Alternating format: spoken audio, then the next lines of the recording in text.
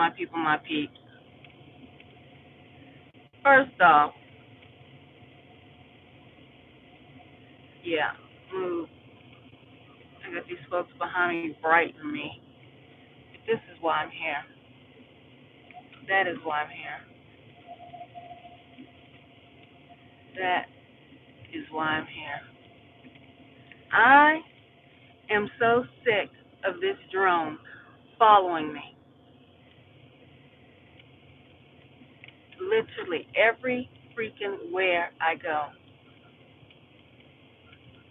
It's it's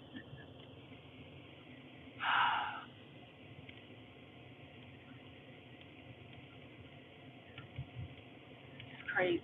I have no words for it. I mean, and literally, it makes no sense. It really doesn't. I'm sick of this drone. This drone right here. I'm sick of it following me every freaking where I go. It literally should be against the law, right? Hmm. What law? I mean, literally, I believe that this place is lawless, which it technically is.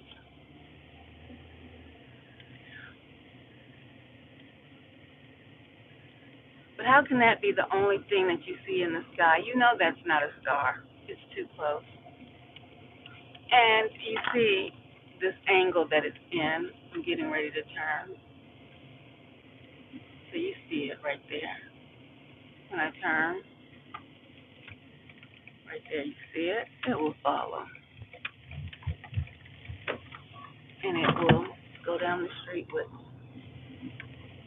you know, hold on. I'm tired of it, y'all. Look how it follows.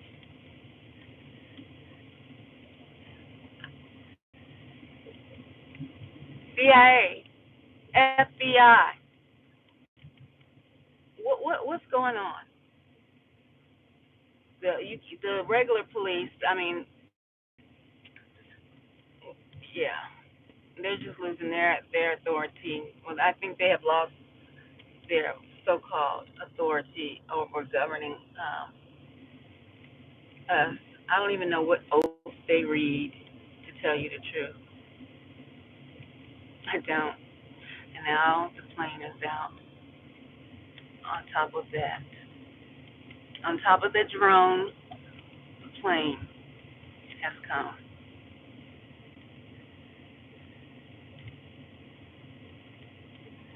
What? I mean, really, what is this? What kind of society? And you could tell this is a plane because it has its lights on, guys. So you see the flashing lights. You know that's a plane.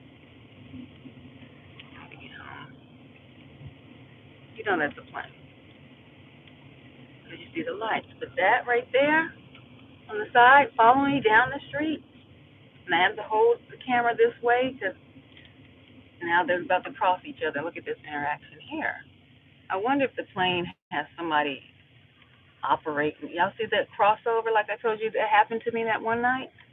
When I tried to do a simulation of a escape from crazy land of America.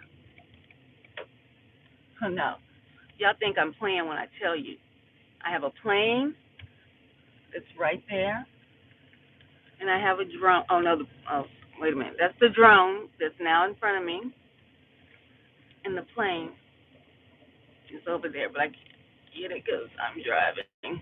Hold on. But the drone has placed itself right in front of me. What is this? What is this about? I mean, we have no answers, literally none. Not that I have you know come across. This is truly domestic terrorism. I mean, watching, following at every angle, at with every type of vehicle. You know,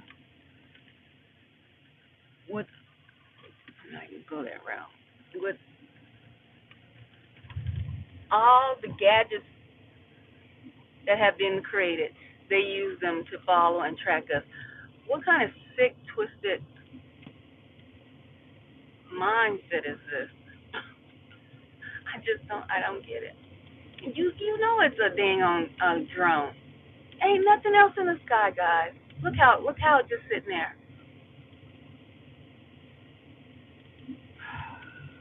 So yeah, I need somebody, anybody, holla back and let us know when is this psyop going to be revealed to the world and get these criminals locked up for war crimes? Because I mean, we are at war, obviously, and these are war crimes. You haven't charged any of us with any crimes. You're stalking us. You're following us illegally. You're breaking into our homes. You're stealing money out of our accounts. You trying to make it to where we'll bend at your will. You know.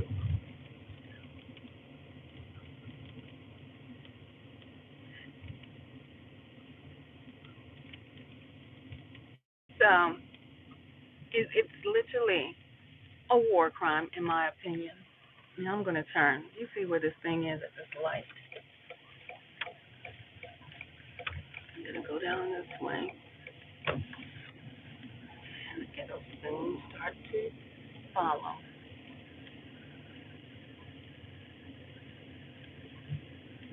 Yeah.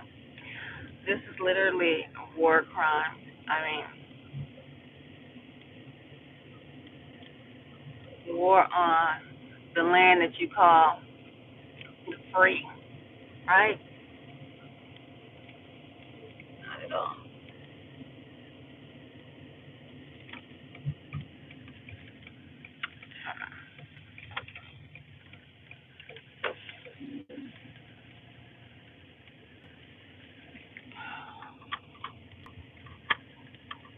No, let me turn. It's like super dark out here. I mean, there was a crescent moon, guys, tonight.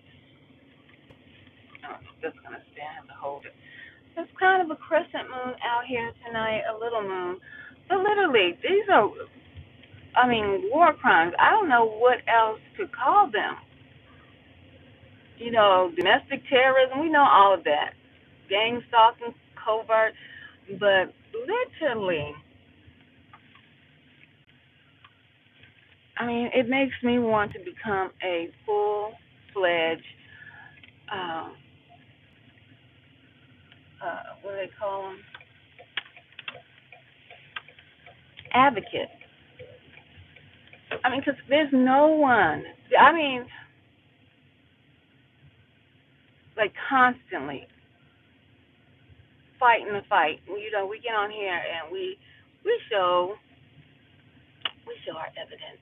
We show what's going on with us. But literally, there I don't.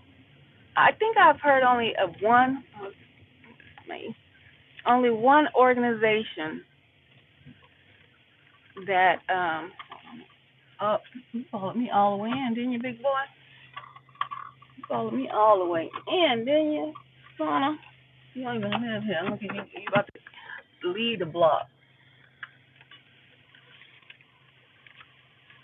Back in. Back in like these gangsters be backing in. Back in like these gangsters be backing in. Oh, you been out. You been out the whole time with a sister. Huh. They have somebody until I get to the house, y'all. And she ain't got out the car. Let me ride down here. Let me ride down here.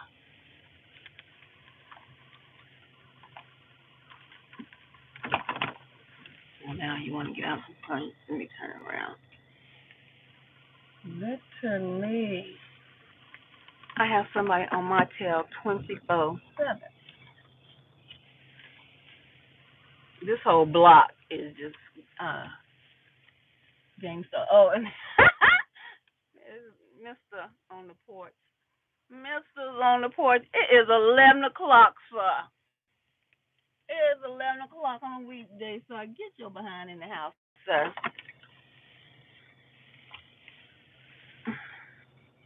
I know they can't be. Yeah, hold on and look at it. Look at it. Look at it. Y'all see that? I can't make this up. I just really cannot make this up. There it is. Oh, hold on. My window's dirty. There it is. Up in the sky. It's the bird. It's the plane. It's the stalking drone. And Mister over there on his porch stalking.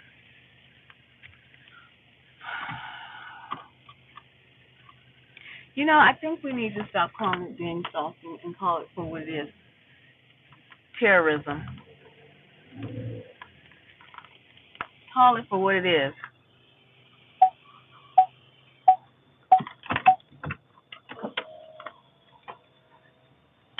Terrorism. Right? Oh, yeah. Hey, what time is it? Oh, it's not 11 yet, is it? Oh, yeah. Terrorism. Look at Mister on his porch. Mister. Trying to be in the dark with that white t-shirt on. Mister, go in the house. Stop stalking and watching. Making sure. Oh, she here. She here. She here.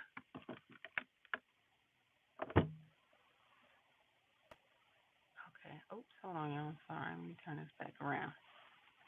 She done made it back. We need to call it for what it is. It is terrorism.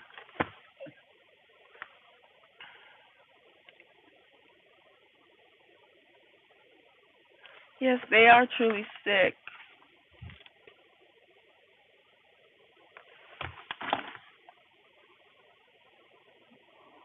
Will sell their soul for $1. I pray every day for them to go to jail. That's and sometimes it just seems like the level of their stalking.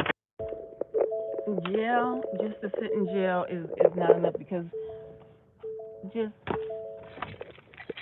the constant terrorism that they are causing, it needs to be more than jail time. They be out here. My whole block is I kid you not. I believe they all are. It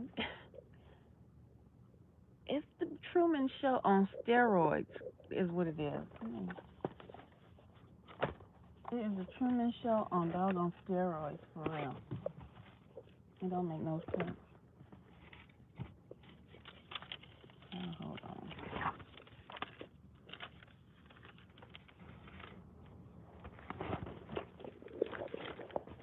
Hold on for a minute, guys. Let me get situated so I can carry this stuff in the house.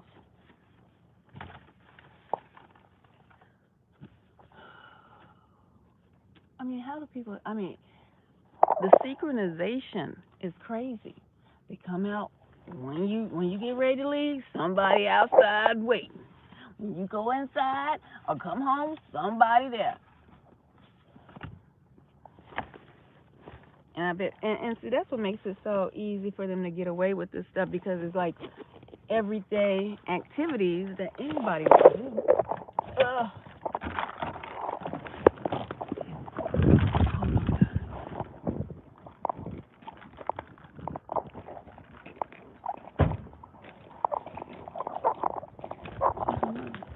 I mean, and they sit in the car. Some just rolled up too, and he over there coughing. Leave them cigarettes alone. They just sit there. Oh, it's blurry like a mug. Hold on. See that? Me too, man. They want you to. Whew. people in the house, I guess. I don't know. What is this? Yo, somebody give me an answer, because I don't have it. I don't have the answers anymore. I know some of them just are not real. I mean, we know all that. It's just so freaking crazy. It's lunar. It's ludicrous. Luda.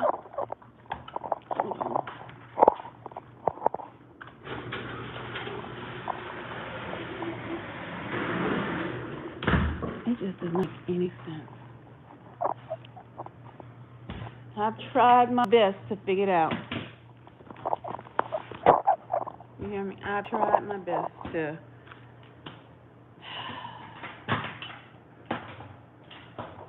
And you know, for me, this song with it's an old school song. Sheila E. Tina Marie. Hold on a minute. Put this down.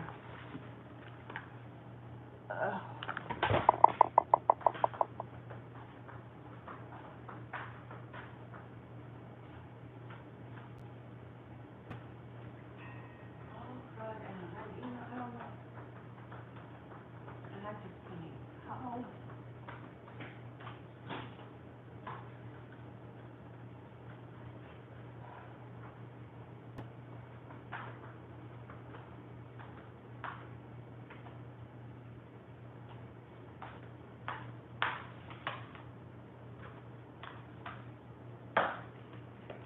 I don't even know what I want to eat. I'm just over this. I'm over this simulation. I'm over it.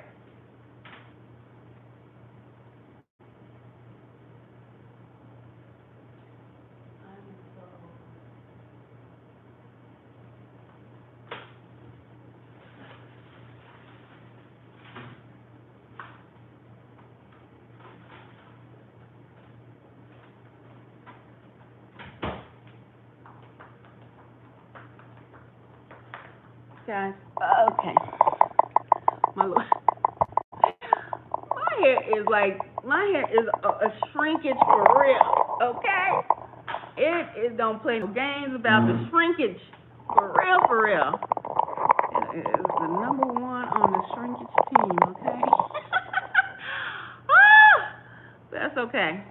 The more your hair shrinks up when you wash it, the healthier it is, right? That's what they say.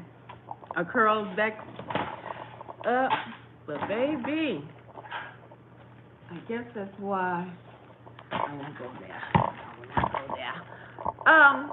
Guys, it is just. I'm gonna tell y'all a story. The night story before I go to bed. Y'all ready? Let me tell you how this program, right? Ouch. Hold on. Let me wake this up. Ooh. This program is it has so many levels to it. It's just mind-boggling. It's just mind-boggling, guys. To me, it is anyway. You know, because one day, oh, mosquito must have got me. One day,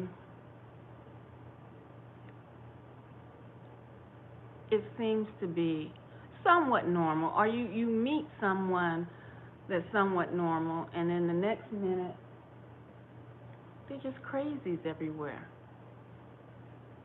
They're just crazy folks everywhere, right? But I'm gonna tell y'all a story. How I know it's like a 8, 10, 12 layer cake. There's so many variables to this program that we know as gang stalking, but it is truly domestic terrorism at the highest level. And like I just said, it has so many levels to the terrorism. Um,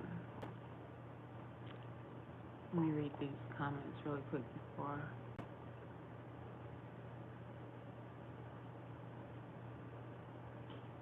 The only one that's going to stop this is our Most High Yah. Yeah, He's behind everything. And I know, I hear that. It's only gonna make you stronger. You're going through trials and tribulations and the test of your strength and your will and your faith and at this point, like I don't know, I was just about to sing that song. Don't you know the tears will burn the pillow? Who sings that song? Mm-mm-mm-mm-mm. It's no more. I'm all cried out. Ooh, I can't remember the artist, but it was around my time, my generation. Child, I, everything they have done, I'm all cried out, child. If you knew to coming in and stalking me and want to see some tears, child, I'm all cried out. I'm tired sometimes. I'm all cried out. Only thing is, I get tired. I get tired of seeing the just looking at them and trying to see is there life there? I mean, what? Trying to figure out what's going on behind their face. Is there somebody there? Are you home? And it just seems like there's nobody there. Okay? That's what it is. It's like there's nobody there, and that's the frustrating part. Is like, is it that many psychopathic, dark souls? And it is. And the more I see them, it just reminds me of what the Most High says, that the road is broad. It is going to be so many lost souls and everything in between. Because I mean, you could just, if you are a person that are being tracked, followed, targeted by a group of individuals, you will understand what I'm talking about. You definitely will know, and just to see them ooh, the road is broad and wide, y'all. The road is broad and wide. It is not just one particular race group. I mean, it's just like they're just everywhere. It is really like that movie. I don't know the name of it, but these people.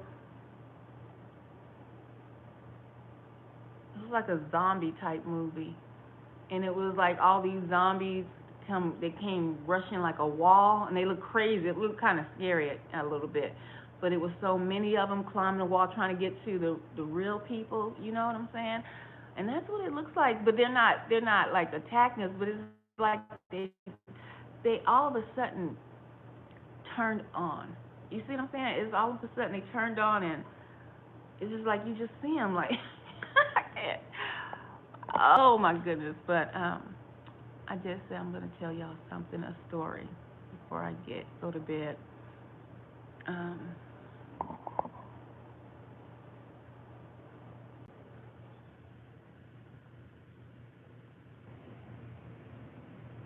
um, this is sad that you have to live like this. I think we've always lived like this, to tell you the truth. we were just so, so, so sleep. Yeah, I think we always lived amongst the dead. I think we always lived amongst the dead. It's just the fact that we have these devices and we are showing you guys now, you know. So, but when we were asleep, thinking we were a part of the activities of this world, um, we didn't recognize it. It wasn't so prevalent to us until it was brought to the forefront. So, in a way, feel that it's sad for them, it's it's a blessing for us because we can see the world for what it truly is, and the people are the bots that think that they are part of this world. The sad part is it's all a charade. That's the sad part, because nobody's really living. It's like, okay, like for instance, it's almost like when you see people on social media who show those lifestyles. They have their pages like our lifestyles. Oh, I'm in the Bahamas. I'm on the beach. I'm living this type of life.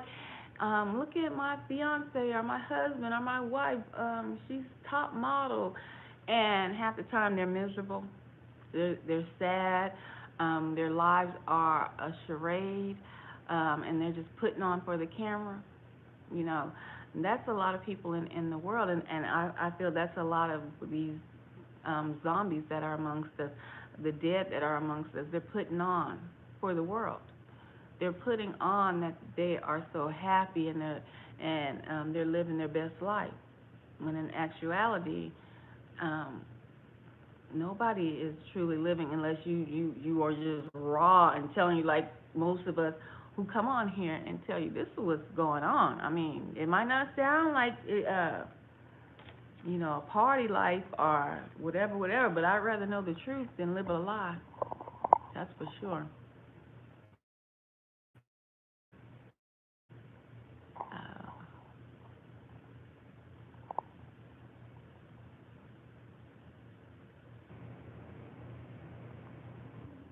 I report those drones to the FAA about their harassment. What did they say? They are bold with it and don't care who sees it. No, they bold. Yeah, they. I mean, it's just right there, and it just. I looked up. I was like, well, dang.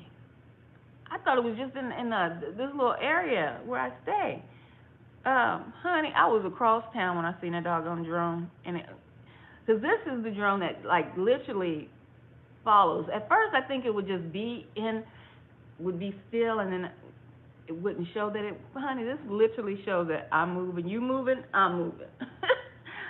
You moving? I'm going. Oh, I'm like, what more information can you get from me, peoples, or whatever y'all are? What more information do you need? A sign, a yard sign that says what? Don't fly, no fly zone. Oh my goodness, I didn't mean to hurt your feelings no more, you too. And I had to change it. Oh, I'm sorry. Kabusha. Is that the name? I didn't even look at the name. Kabusha. Let's look at this name before I get into my story time. Kabusha. Is that a foreign name? Kabusha. Kabusha. I will have to look it up. You picked that name for a reason, so I'm gonna have to look that up. Kabusha. A kick in a caboose? Is that a kick in the caboose? I don't know. So I can't talk about that name yet till I look it up. But anyway, no, I didn't mean to. I just wanted. I'm sure you understood what I was saying. Your feelings didn't have to be hurt. I'm sure you understood what I was saying.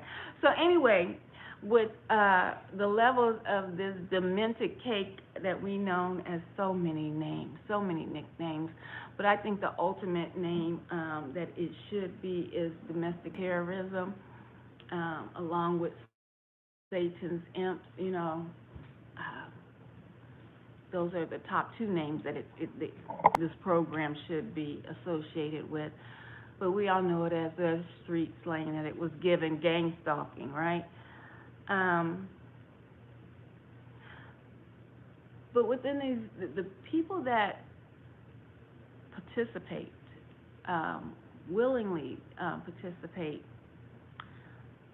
and you guys know, I believe, a little bit of my story. I don't know how much. It's been a minute.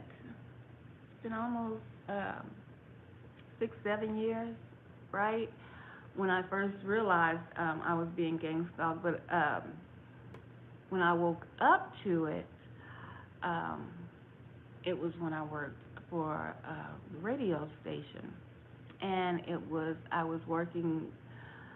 Um,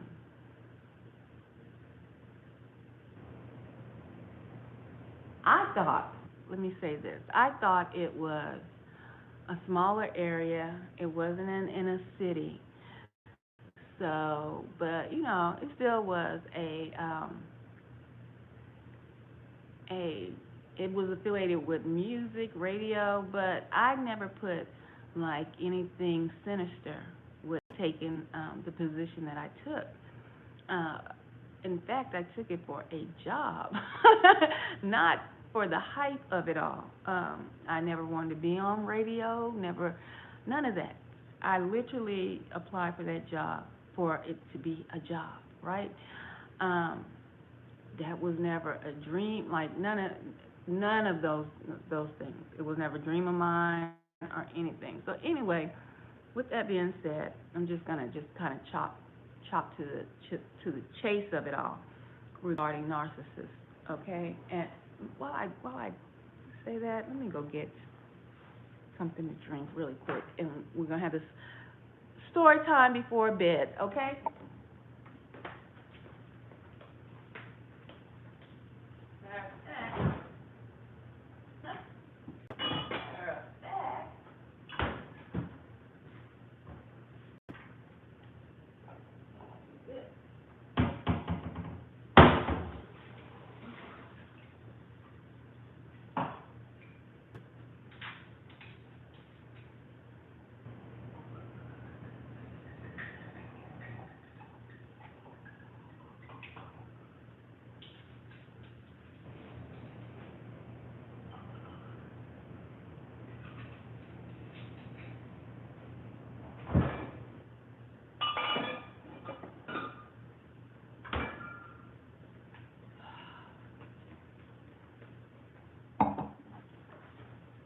So I'm back. We're gonna have this quick story time. I will take off my shades, but I didn't realize how my hair shrunk so much. I got the little uh afro going on. Um, so I poured a cup of wine. Cheers. And you know who this cheers is to, because I'm sure you are watching this video or watch my videos. Um, the reason why I said that there are so many levels to this sinister program is because there are narcissists amongst the people who stalk you. The people you may have come across in your life, some of them may, and not just may, they are narcissists, are very controlling. Because I can't diagnose them, so they may have strong tendencies like narcissists. Um, but I'm just going to chalk it up to say some of them most likely are, or they might have strong tendencies to be narcissists. Um, so working at the station, I received, my leg got broke, right?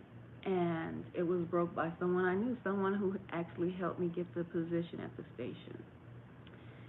And I didn't keep quiet about this, my people, my peeps.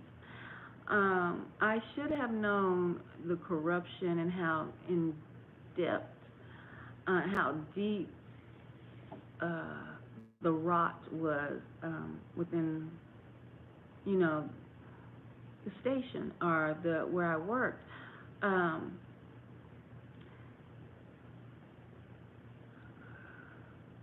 it's just I don't know. It's hard for me to think about it. I try not to relive certain things. I try to move on, right? But because this person I knew, and I didn't realize, and just like some of you guys don't realize that someone in your life, um, maybe your husband, your boyfriend, girlfriends, have some kind of jealousy or hold some type of animosity against you, and you not knowing. Um, and then on top of that, I believe a lot of you, as targeted individuals, as chosen ones, are truly empathic. Okay, I believe that you are empathic people, or you are empath, and so people gravitate towards you. And I don't know why it is, but there's negative and positive on everything. I mean, even your batteries, your it's a negative charge and a positive charge to exist here, right? And so a lot of negative people will gravitate towards you. And as an empath or empathic person, you are really like myself was the last to really understand about these words of narcissism or being an empath or empathic, because you don't have to be an empath to be, just have empathy for someone or people or whatever.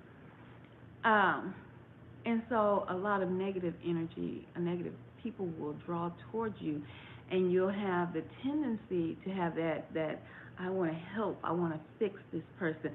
And I believe, and this I didn't go to school to study about narcissists or empathic people. I've lived this life. um, and so I believe empathic people, we see we see the gifts in people, right? We see the gifts in people. Here, cheers. Cheers.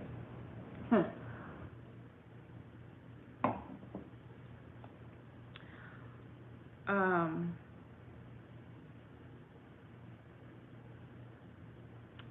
but we rarely see the gifts in us, but we see the gifts in other people. And I think we have this tendency to want to try to heal people, want to try to help people, and all of the above. Okay? Cheers. And all of the above. Are you the one that bought this for me? And all of this, no more YouTube, kabasha, kabasha, boom, kabasha, basha, boom. So, anyway, my leg got broke. And yes, I did report it. And I did try to report it. And just like with gang stalking, documents were not being turned in by your police department. I started seeing stuff being mishandled all the way up to the district attorney's office. Okay? That's how deep the corruption went. And uh, the night, and me being naive, not knowing, I knew of corruption in organizations, police departments, and things like that. But I thought mine was cut and dry, right? I thought, this happened, um, and I can't live this life. I, and the only thing I wanted, here's the thing, I didn't even want the person to go to jail because, like I said, I knew the person, um, and all of that. I just wanted this person to take care of the medical bills, and basically that was it, right? And move on with their lives, and let me move on with my life. Let me work, and you stay in your lane, I stay in my lane, basically. But it didn't happen like that. And that is when I woke up to the fact of gang stalking, right? Um,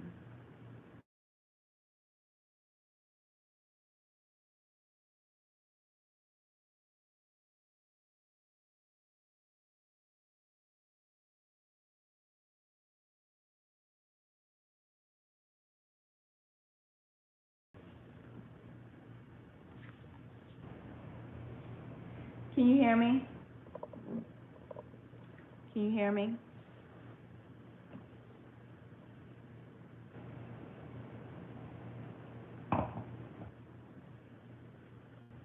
Okay.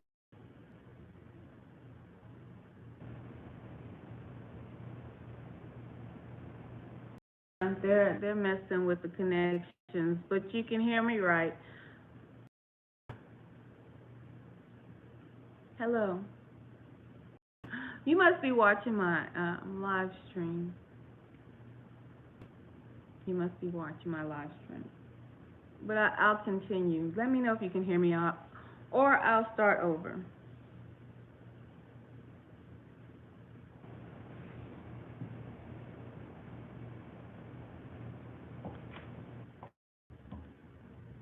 Did you buy me this?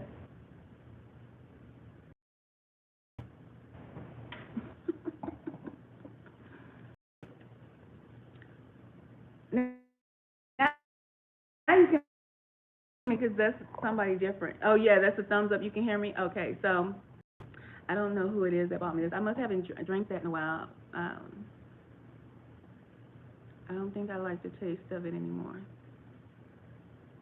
So, being naive, seeing gifts in other people, I think is two traits of empathic people.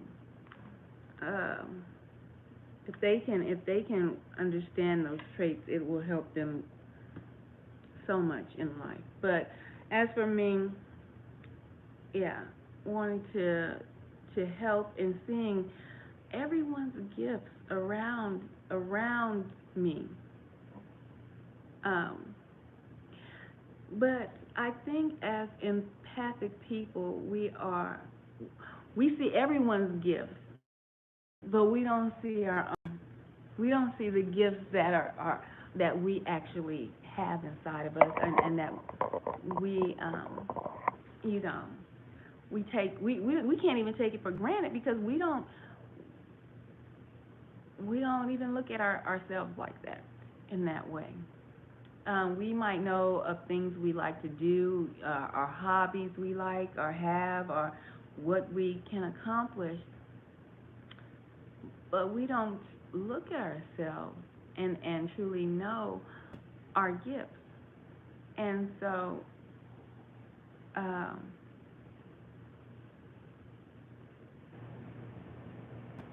they're gonna keep messing with the live, y'all. I'm gonna keep talking because they've been messing with me all day. Hey, let me go get a battery pack. Hold on, they've been messing with me all day, so, but I'm gonna keep talking. That's what I gotta do. Keep on moving. Don't stop fighting the time.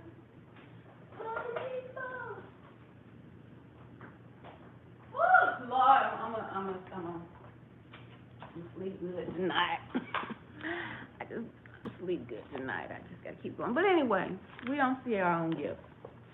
A narcissist, on the other hand, if you met one or someone who has tendencies like a narcissist, oh, they gonna brag and boast about themselves, right? So anyway, just to give you a little background, I didn't realize the severity of everything, of working there, of people being jealous, right? You see, like I said, I never wanted to be on air. I am truly a producer at heart. Hold on.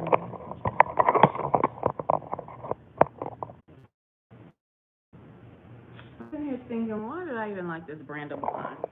Oh, yeah. Probably because I was young and silly. This wine is not that great. I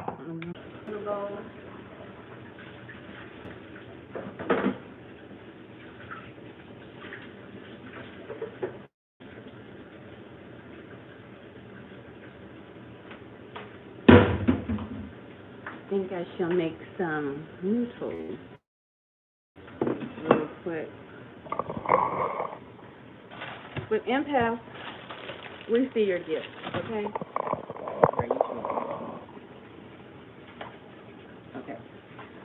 your gifts. And that was my problem. Seeing people's gifts, want to work on people's gifts, want to help people with their gifts, and ignore mine. And people saw mine, and I didn't even realize the gifts I had. So anyway, not only did the person who helped me get the position saw it, but the people in the organization saw my gifts. And that's why I started doing these remotes and being on not only the urban station, but I would do remotes for the white stations. Yes, it is separated like that. It is called genres, okay? And you have urban, which is meaning black, the city, right? You have country, you have urban, which is the pop, you know, and a little hip hop, you know, all of that. All of that. So I was able to do those, but like I said, that was not my dream. But people will think that they know you. People will think that they know what your dreams are, what you want to do, and they will try to hinder that, right? And that was not my dream. Like I said, my dream, I wasn't even focused on that, because at that time, when I got that job, I was going through a divorce, right? So that was the farthest thing from my mind of thinking of being a superstar, okay? And that's just a semi-superstar, because radio was really, and like a lot of people feel like it's outdated, right? And so, let me use this water. And so, yeah. So they, you know, I was, and the person, I have to give them their props. You know, it seemed like they wanted me to move forward, but kind of held me back because they were like stuck in what they were doing and how they were doing it. This is like right before the Breakfast Club and things of that nature blew up. And I would suggest things like I told you guys, I am a producer at heart. I see your potential. I see where you can go. I see what may need to be changed or what we can add to something to make you hotter than what you are. But some people will, and you know, I get this, especially if they've been doing something for a long, long time and very popular at what they do. They don't want to change, or sometimes they don't feel that you're adding value to what they've already built, right? And so that was something that happened. And so with and this happened like before the incident with my leg getting broke, okay? And so I would suggest things like, this is when it was just really like Facebook. YouTube was kind of hot, and I was on YouTube at that time doing my events, and that's how that person knew me too, from interviews and things of that nature. And so, but it wasn't like it is now, y'all, okay? And I actually got tired of, because I was getting asked to come out to so many events. I wanted to expand, and I was starting to train people to interview and do what I was doing, so that I didn't have to rip and run around town. Like I said, I like to be behind the scenes. But quiet as it's kept, people will put a label or judge on you and not truly know you, only by what they see, right? Only by what they see. Only by what they see. And you know, so back then, you know, Sister was rocking the long weaves and all that. So you probably, people could assume, and people did assume probably I wanted to be in front of somebody's camera. That was farthest from the truth, okay? So when I got up there, I started getting trained, and I literally would go up and be up there at 5 in the morning and that's not fun. See, back behind the scenes of things are not fun. Okay? Everybody sees, oh, I want to be on TV, or I want to be a model, or I want to be, a lot of people want to be these big things. I'm not going to lie, when I was younger, I did most of those things. I did, was on a couple of TV shows. And, yeah, when I started doing them, they're not the glamorous life that people think that they are. It is actually work. It is actually getting your behind up and being on call at your call time and things of that nature, right? But for the rest of the world, they see the glamorous life. They only see the end results for most people when they're getting ready to win a award, or and then that's when they say, I want to be a rapper. I want all the ladies and things of that nature. They don't see the work that goes behind all of that stuff. But anyway, before the Breakfast Club really was popping, we had on our station, on one of our stations, which was the urban station, for our morning show, we had Steve Harvey on, and I had suggested to the person that was, very popular. Hold on.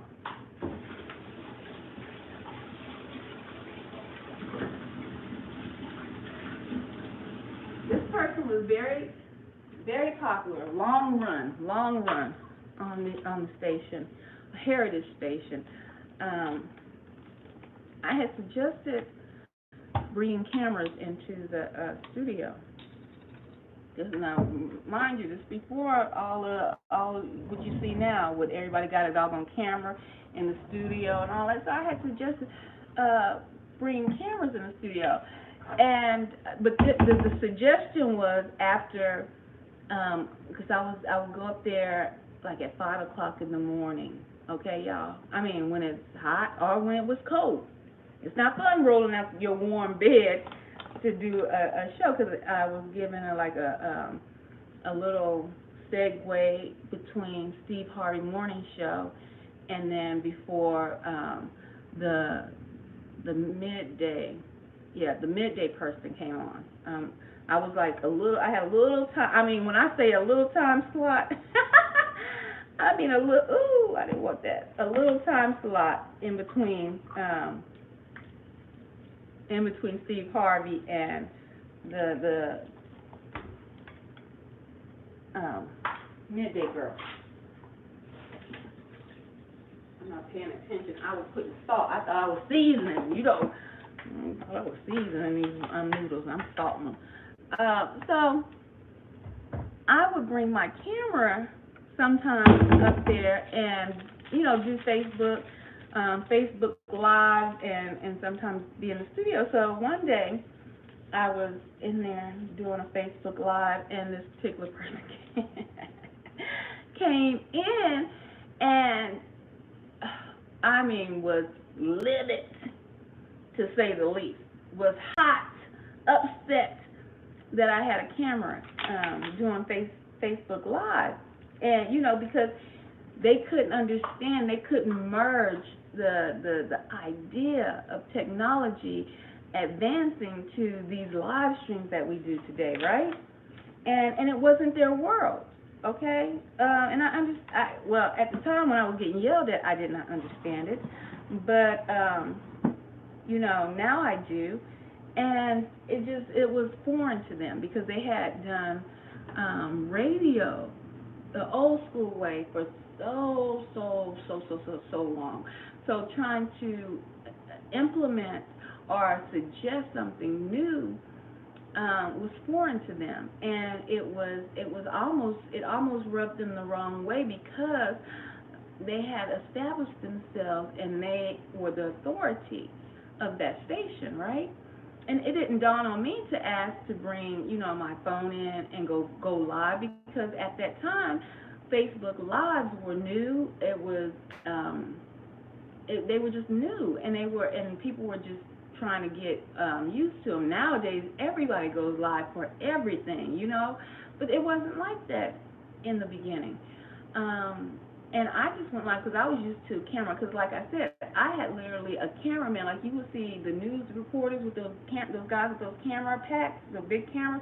That's the type of camera guy that used to follow me around when I used to do my interviews. But when Facebook Live came, I mean, it was so easy to pop it on and start talking, right? So that's what happened. And yeah, that was a no-go. And so there was a big whoop-de-doo. But then once the dust calmed, I had suggested, why don't you bring the cameras into the studio? Because I saw that was the way that it was going. You know, individuals were going to jump on this once they got comfortable being on camera, okay? But that was, I mean, for a little bit we did like the little, and I was trying to get this person used to just being on camera and being in the studio doing their time slot.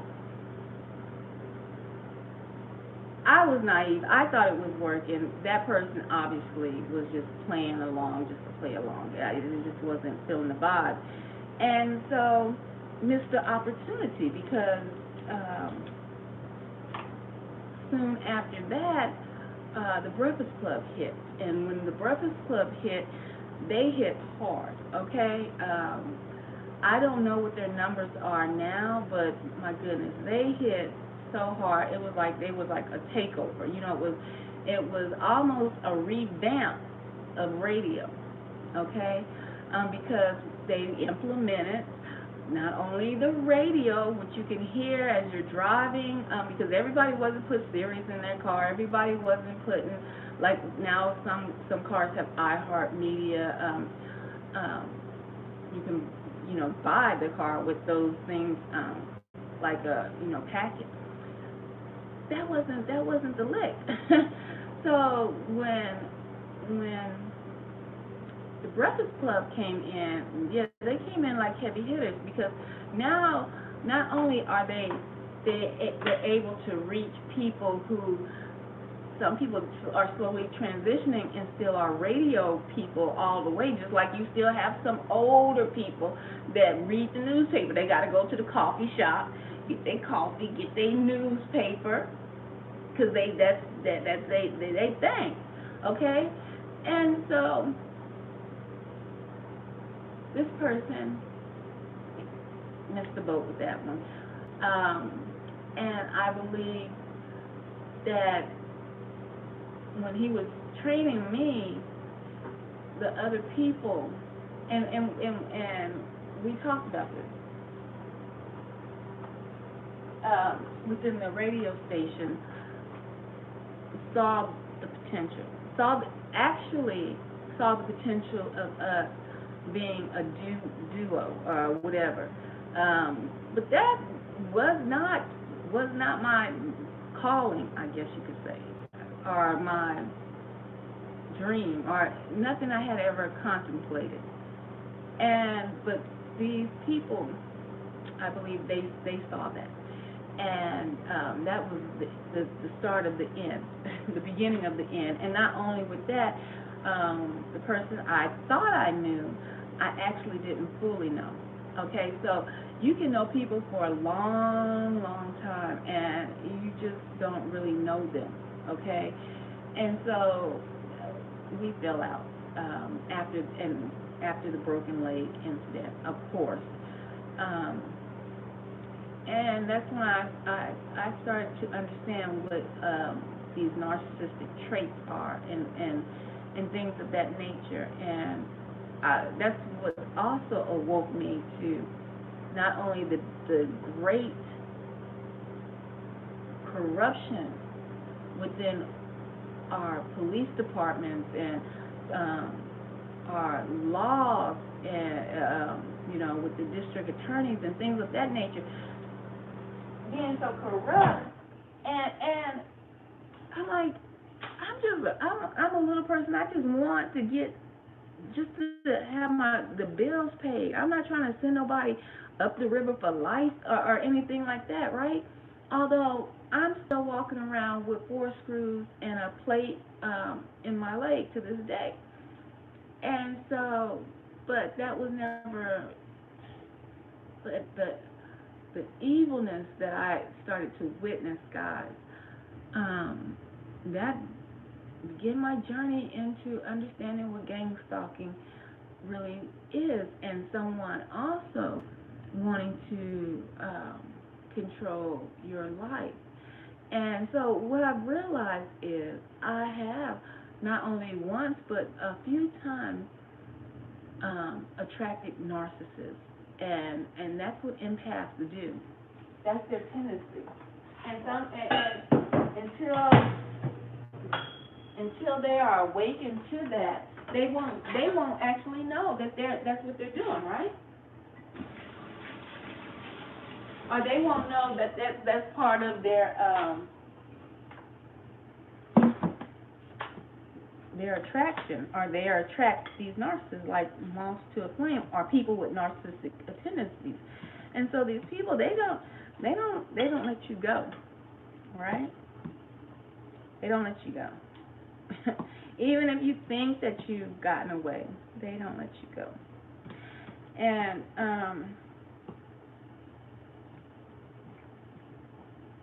that's one of the layers of gang stalking, my people, my peeps. Dealing with people, like I said, that you will have many levels in your life, and many devils. It's not always going to be the military. It's going to be levels in this, and it's training you up. And I can't say what your position is, or why, as empathic people, we attract these narcissists, or people with these tendencies. And let me just say this for let me say this. Everyone has some level of narcissistic tendencies. You have some level of pride, some level, right? But you're not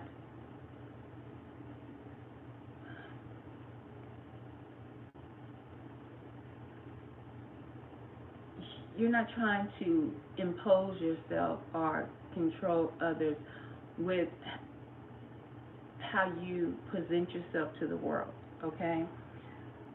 So I just want to say that everybody has some form of pride or some form of that they feel that they've accomplished or can accomplish or can do something. And some people, their self-esteem is, it's not there because it's been beat out of them, harassed out of them at some point in their life. So anyway, back to the wine and the phone call, and hello if you're watching.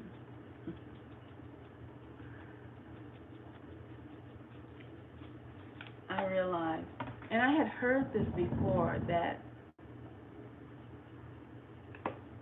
they really never let you go. They're always going to be in your life some form, or pop up in your life. And so that happened yesterday. Well, that wasn't the first time that happened. Like when I would do the remotes, when I worked at the radio station, we have things called remotes, where we go out and to a business and do live remotes. I'm here, come out, come spend your money, stuff like that. Well, not like that, but basically. He would come out there, and it was okay because I was getting over or trying to just move on with life, right?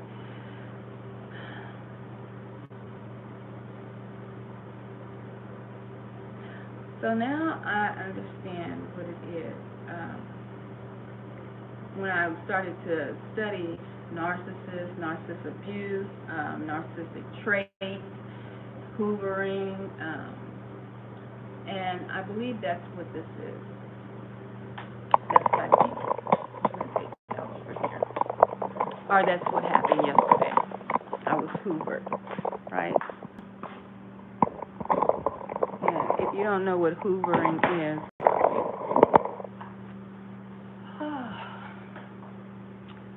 it's when the narcissist when the narcissist comes back into your life somehow, and it seems coincidental. And what I've learned is nothing is a coincidence in life. Okay, absolutely nothing.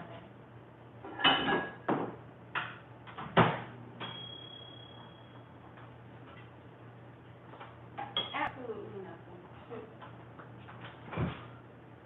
There are no coincidences.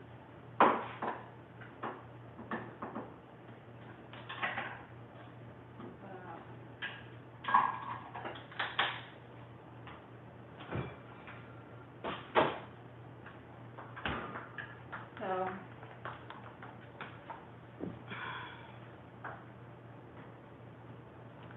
I saw the person yesterday that broke my leg.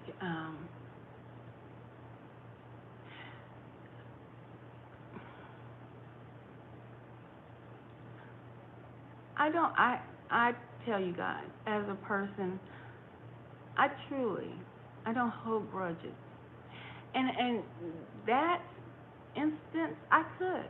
And probably a lot of people would be like okay with it, right? Um, for um, for that. But I don't. But there's no coincidence. I feel that when I was speaking to you all earlier regarding the phone, um, it was just odd that my phone was switched some kind of way, and I was called from that number, from his number.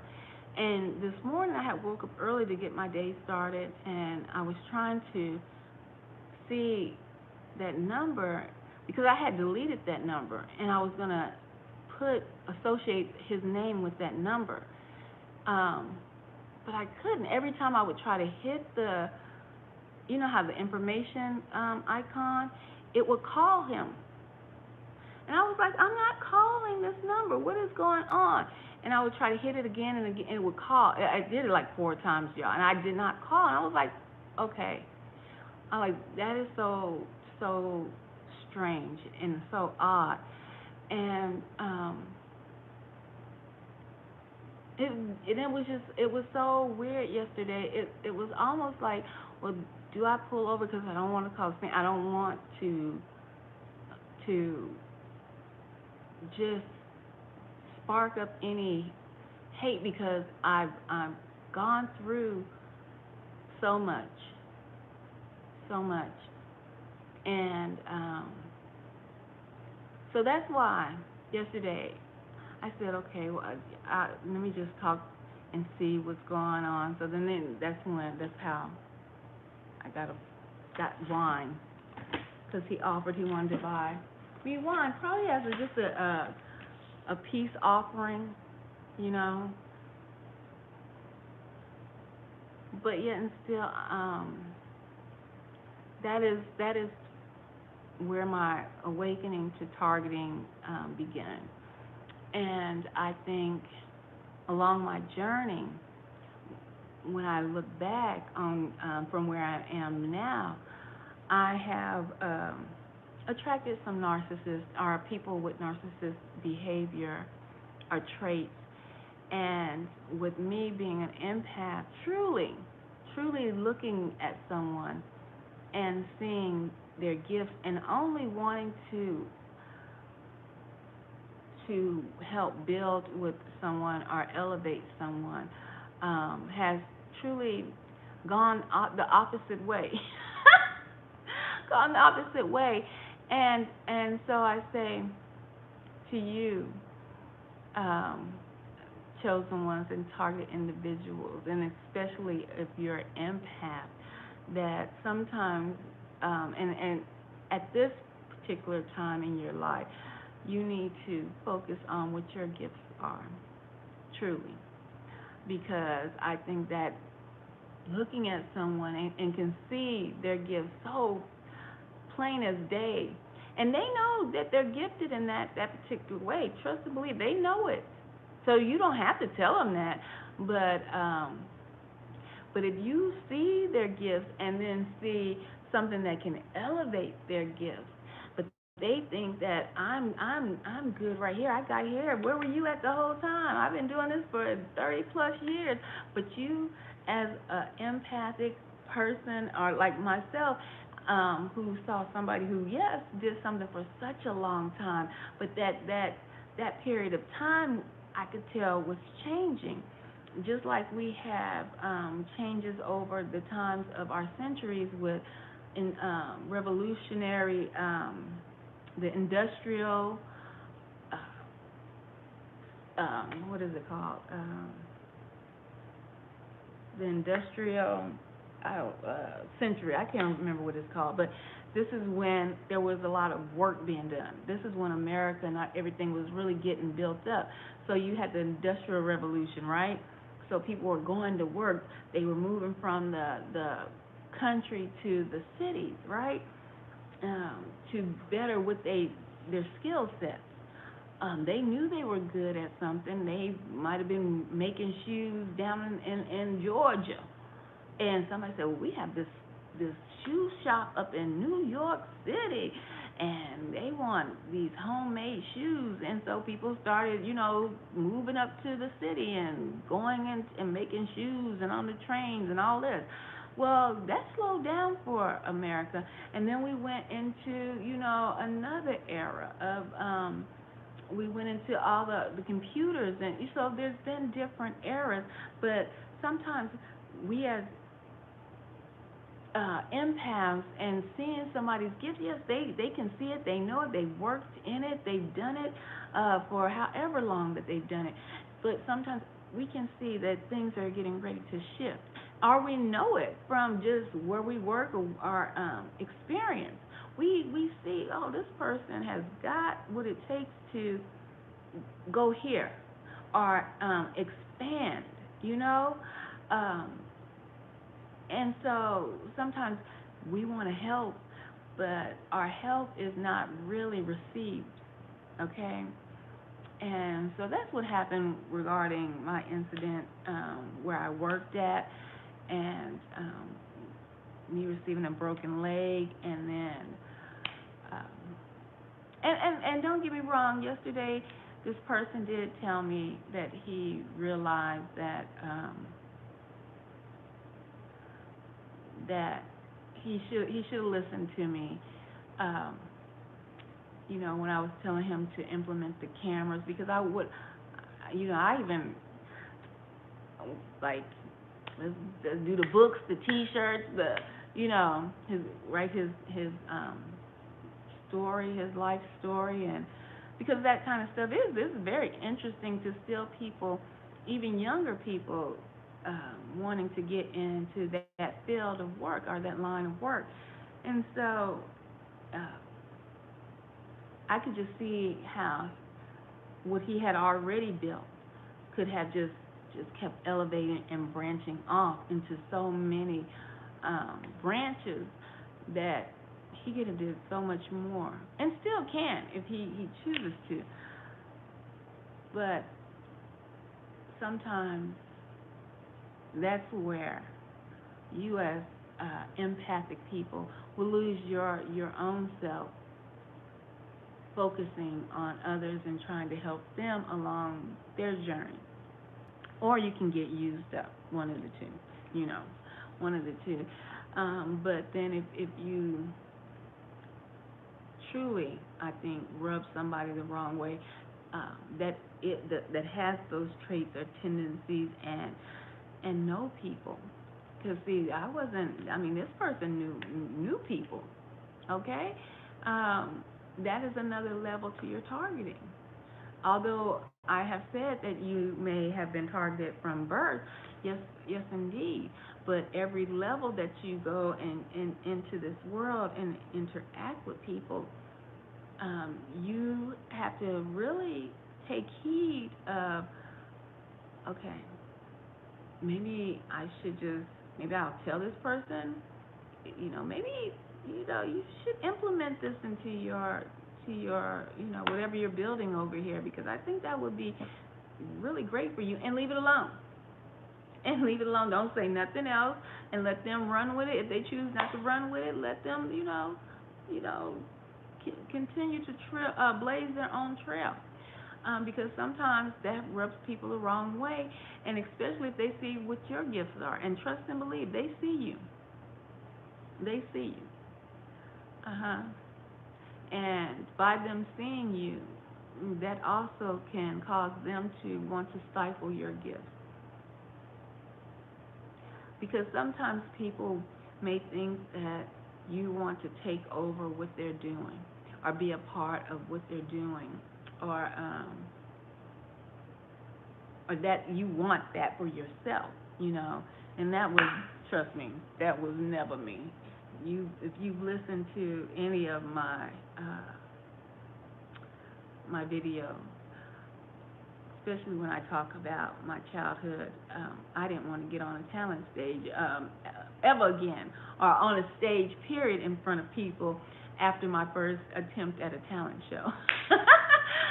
So that, to be in front of people, no, that, yeah, no, my youth, mm-mm. That's why I always produce things for the children at church, or along that line. Only time I came out of that shell is when I got a little older, and I've always loved the fashion world and designing clothes and wanting to model. But at the time I wanted to model, I was chunky, honey, and it wasn't like it is today. It wasn't no plus size models and all that. Now I would have loved that, had that happen within my time, but I was before my time. When I planned fashion shows, a plus size fashion show, way before what you see now. And I'm not talking about the raunchy stuff, like, because plus size women can be very beautiful. They are beautiful, and and the garments that they wear can be. It doesn't have to look like a paper sack, or, And so that's what I did long time ago. But certain things, they didn't float my boat just to stand and talk in front of people like this. I'm comfortable with this because, well, it feels as if there is a screen here, right? Because you're on the phone, so I'm not really seeing who all is peeking in at me, if it's live or if it's, a copy. I heard something. I don't know if it's there was a little Geico in here the other day. But honey, live on stage, live, and sometimes even doing these live streams, it feels uncomfortable. That's why I kind of stop and talk, So know yourself as a chosen one, as a targeted individual, and especially if you are empathic. You can't pour yourself out and into others' cups and try to overflow their cup and leave yourself empty. So cheers, and thank you for the wine, but yeah, I think these people will always kind of be attached into your lives, but you got to, I cut the cord, because I find it odd that even after was trying to log that number in, because I was asked to, because I had deleted that number a while back, and just now, when you all couldn't hear me, that's when he calls. And so things like that, as chosen ones, as targeted individuals, we find that suspect. We find that suspect.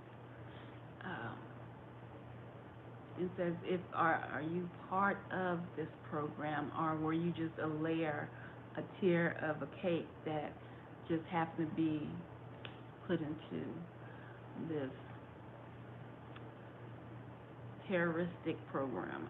Like I said, that's what it needs to be labeled.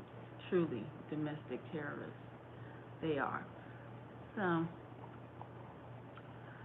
that's a little story time for you. That's how I got the wine. I haven't drank wine in a minute. Um, but why not drink this one? I went to sleep last night. I was supposed to drink it last night, but I did not. Um, but yeah, it's just so amazing how people they judge you. They see your talent, but then they yet and still judge you a different way, especially by appearance, right?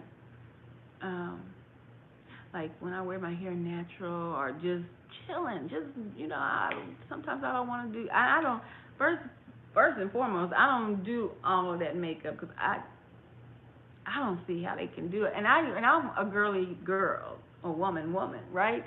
I've always been into to just feminine things.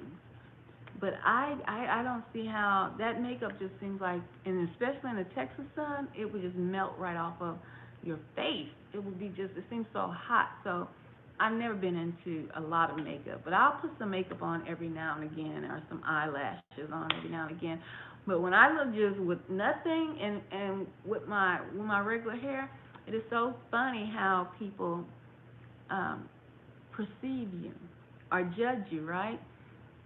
Let me go throw some extensions on and put some eyelashes and a little eyeshadow or some gloss on, and it's a whole different uh, perception as well.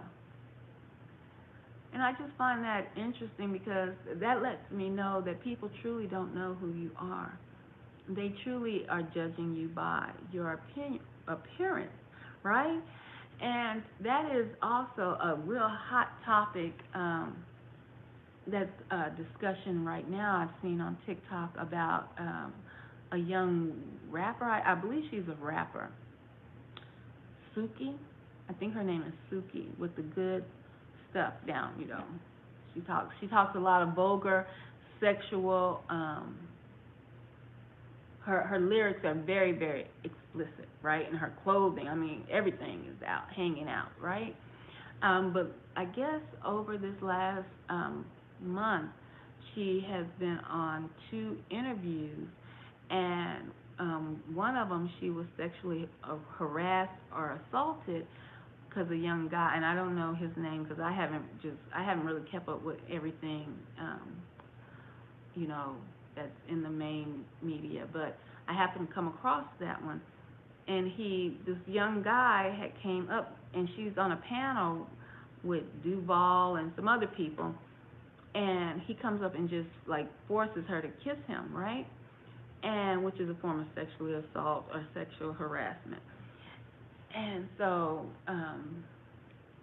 some of her fans were outraged about it, and then it was a mixture. Then you had people who were saying, well, look how she dresses. I mean, she's asking for it. Um, and I was like, okay, well, let me hear both sides because I was interested in the mindset of how people think. And so a lot of people said because of what she says, and some of it is raunchy. Yes, I have to say some of her lyrics are just vulgar, vulgar, vulgar, vulgar, vulgar. But she asked for it, like she because of the life or the career she chose, and because of the persona, because that's what it is, a persona. Because quiet as it's kept, a lot of artists, a lot of rappers, they are the total opposite of what they what they project onto the screen or their persona that precedes them, right? A lot of them are the total opposite of that, and I'm a witness to that. Actors, but for the sheeples, some of these people think that's who they are. They think, oh, that's who she is, or let me think. I don't know any of these young rappers because they're not like the gangster rappers, but let's say like Ice Cube or some. Okay, not gangster rap because some of them did come from the streets, but some of them were not gangster rappers, right? They put on a persona and then got checked because that wasn't who they really were. Okay, so same difference with Suki. Suki is her name, with the good stuff. And so and then she went on Quiet Coated Candy, the one that's on Real Housewives of Atlanta. She has a night show with her sex toys and all of that. So, a night podcast. And so she was on there, and one of her male guests was kind of sexually harassing Suki on the show.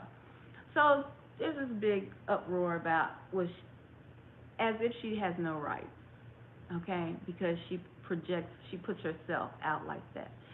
And I thought about that, and I thought about what they were saying, and I was like, you could think of it that way, right? You could. You could very much say she has no rights because she has no business flaunting herself like that. But that, in and of itself, and I guess I see it somewhat differently because I understand that that is really how they pay their bills. That's really her job, her paycheck. Is it a good job? No.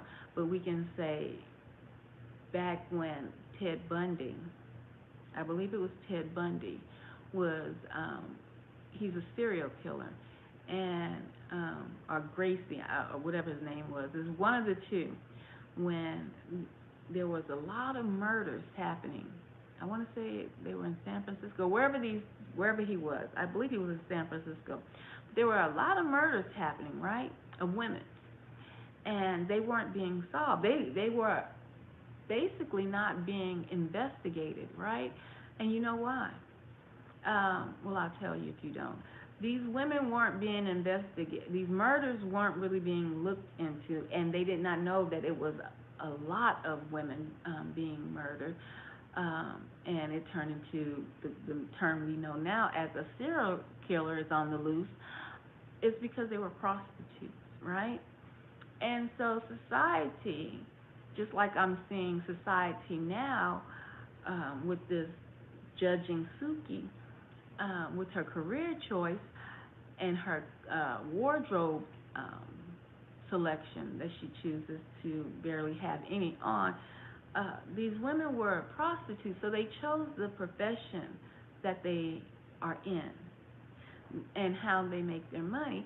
So us as society, we have mounted our high and mighty horses to look down upon those women and say, well, that's what they want, that's what they like, that's what they deserve, right? They deserve to get murdered and sliced and diced because they're prostitutes.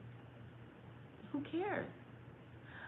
But it was until it was abundance of these prostitutes that were getting murdered and killed that the police had to be like, wait, we have to investigate who is doing this, because sometimes people get bored of certain things that they do, and that might just trickle into your communities, right?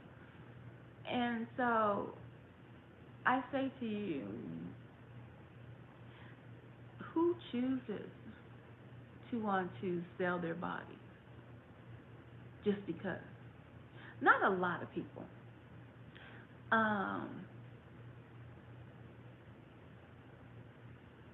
There are percentages of women that may choose that as a career, but not choose that for the vast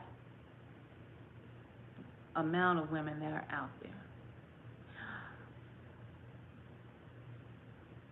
No one was looking into their backgrounds, right? No one was looking into or checking for their mental health, right?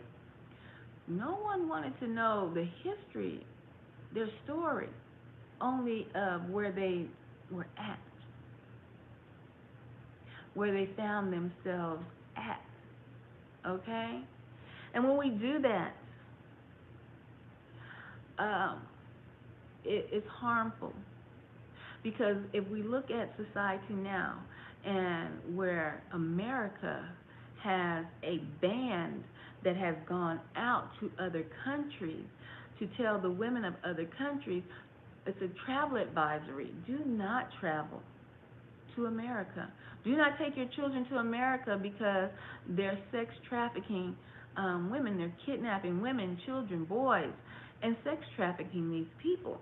So if these people get kidnapped at a very young age, and that is the only life that they know, and maybe get free or are let free and continue on with that type of behavior and wind up murdered, and say it's a whole flock of them get set free. That's the mindset that they have now have ingrained in them. And so a serial killer comes along and wipes them out. And so should we look and say, well, they did not deserve to live because look at the life that they chose. And we just said that they chose that life, and we did not know that they were kidnapped at a young age, sex trafficked for half of their lives, and then thrown out into the streets because a new batch came in. No, we look at the surface of it all. And that is the problem with us as being very judgmental without being a proper judge. Because there's nothing wrong with judging, it's just how you judge. Okay? And that is what's going on, I believe, with Suki and her situation. Because after those two incidents, from what I'm hearing, is she deleted all of her social media platforms because she said she needed to take a break. That right there, for some people, they would consider, oh, well, she's ashamed. No, or you should think about that might be a cry for help because that might have been a breaking point for her because that is a facade. That is what she chose to do as a money maker. That is something culturally that was pushed, that was elevated for us as melanated women. That surely came from out of the 70s, from the pimp culture to through the early 90s. And then late 90s, then there was a boom of all these women who took control of their own body and stopped being pimps and started pimping their own bodies. It is truly a cycle that needs to be evaluated than just stamping a person a certain way and saying that they deserved what they got. Okay, because you wouldn't want that type of judgment so just so blunt without any investigative background checking. See what's going on here. And so they're saying Suki, she no, put her to the side. She's been shaking her derriere and her cachachas for the longest. That's what she deserves. She wants to be, did like that. She loves sex. Okay? Then you have the young girl they're comparing these two women. She worked at Home Depot, and very cute girl, dressed down in her Home Depot outfit, and took some pictures or something and posted them online. And so people started saying, oh, well, you're too pretty to work for Home Depot. Why are you working for Home Depot? You shouldn't work for Home Depot because of how you look. And so, but the young girl enjoyed her job at Home Depot. Another melanated sister, what we know as African American black, but Israel, okay? And then men started to jump into her DMs and to message her and put comments under her picture, and started to prompt her and say, you should start a what is that, um, OnlyFans. You should start an OnlyFans. Why don't you have an OnlyFans? We want you to have an OnlyFans. So these men started harassing this woman who was fully clothed, eyeglasses and all, hair pulled back, just looking plain Jane, but her beauty just glowed from even the plain clothing that she had on. But these men jumped onto her, into her DMs. They harassed her to the point to where these men actually doxed her, put her information out because she would not start a OnlyFans. So she wound up deleting her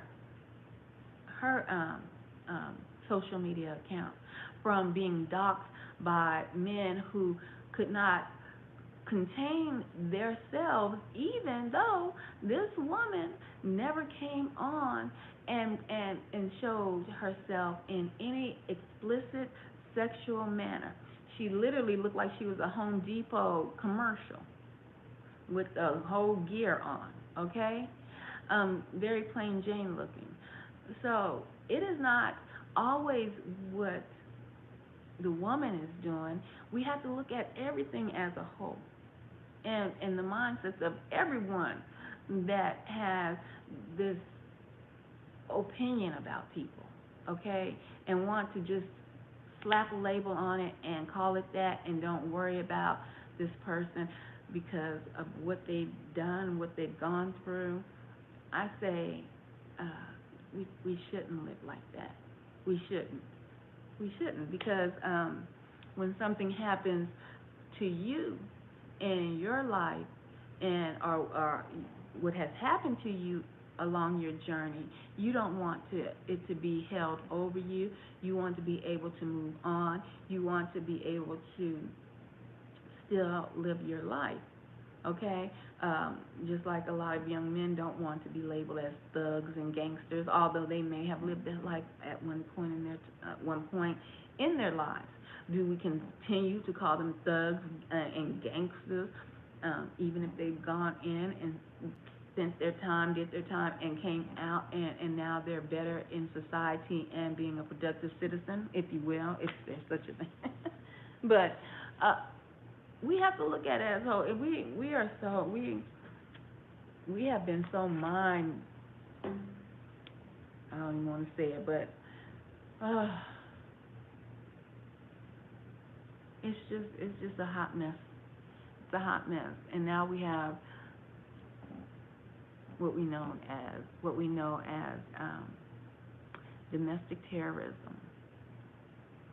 I tell you, they want this kettle of dynamite to just completely explode, and it will. It will soon. It will, because people are just like the scriptures say. People truly do not have any love for humanity. I mean, from a child of 9 killing an infant to uh, there's been a lot of fathers killing their children on social media. The what does it say? I want to get it right. The love of many have waxed cold in this day and time, and it's just, whew, when whatever fuse they get to ignite to truly kick off their agenda of chaos, boy, that's truly going to be a nightmare, because no one is really looking out for their brother. Am I my brother's keeper? And no one is saying yes. No one. All right, guys, I'm out. That was my little short story time after calming down from them drones, from that drone that they have active in the sky. But yep, that was my story time. Sometimes you, as empathic people, pour into yourself, just like when you're on a airplane and the stewardess says, "Okay, we're getting ready to take off. We're flying high." She don't say all that, but we're getting ready to take off. And this is the rules of the engagement. If by some chance this airplane starts to nosedive, mothers, I understand you have an infant child. Fathers, I understand your son may be sitting next to you. But what I need you to do is take that oxygen that's going to fall from the ceiling. Do not, and I mean do not, put it on your child. Mother, do not put it on your infant first. When that oxygen mask falls from the ceiling, take it and put it on yourself first. Because that way, you know you'll be able to save your child and someone next to you. Because the oxygen and the level in this cabin will drop so fast that you'll be done saved your baby, but you might wind up killing both of you because your baby won't be able to take the mask off and save you or save itself. So save yourself. Put your oxygen mask on targeted individuals, chosen ones, first, empathic people. Put your oxygen mask on and then look around and see who needs assistance next. And I'm out, and much, much love.